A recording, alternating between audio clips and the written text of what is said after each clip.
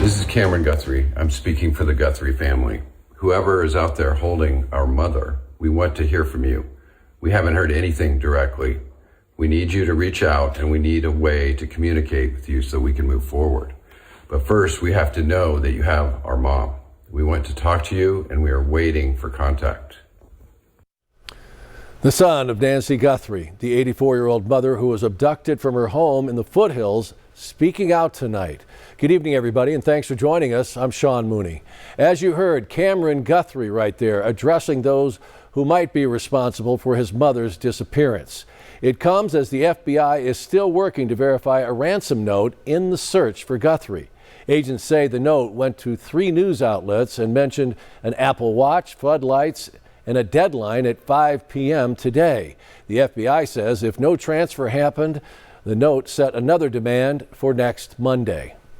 It has now been 5 days since Nancy Guthrie went missing, and today a lot of new information was released. News 4 Tucson's Jacob Owens explains how Sheriff Nanos did something today he had previously declined to do. What was it, Jacob?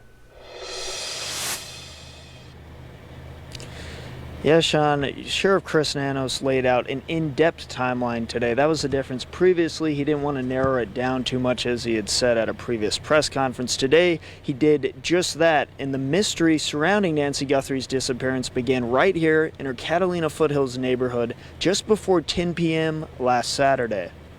Guthrie's family dropped her off at around 9:48 Saturday night. Soon, her garage door closes. Then, at approximately 1:47 a.m. Sunday, the doorbell camera disconnects. Later, a person is detected on camera at 2:12 a.m. However, there is currently no video of this.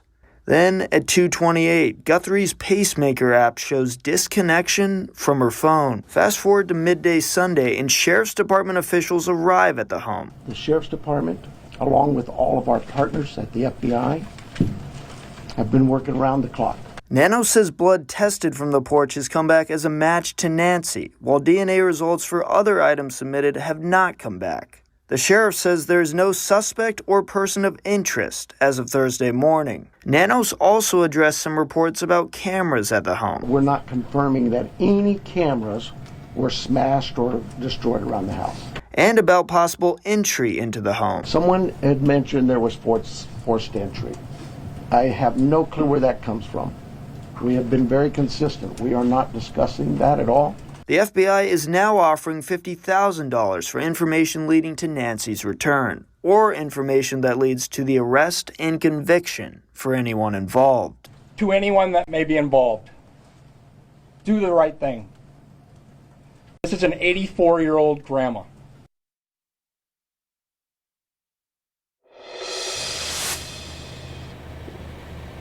Yeah, Sean, we heard something similar from Sheriff Chris Nanos in an interview with News 4 Tucson from this afternoon. He said, "We just want her home. She's mom."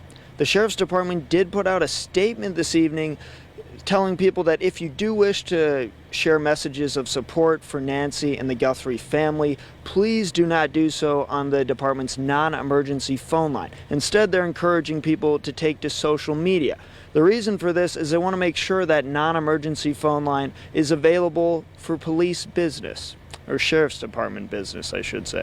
Reporting live in the foothills, Jacob Owens, News 4 Tucson. All right, Jacob, thank you for the latest. And as investigators continue to sift through tips and other clues, including ransom rumors, we also learned at today's news conference a man was arrested for allegedly making a ransom demand in the Nancy Guthrie case. Now, according to court documents obtained by News 4 Tucson, Derek Kalea sent a ransom demand yesterday and sent harassing texts to the Guthrie family. Now, officers traced the phone number to his home in California. After being taken into custody, Kalea admitted to sending the text and making a brief call to the family. Investigators say they have not linked the text to the original ransom demands. And if you have any information, you're asked to call the FBI. That number is right there on your screen. It's 1-800-CALL-FBI.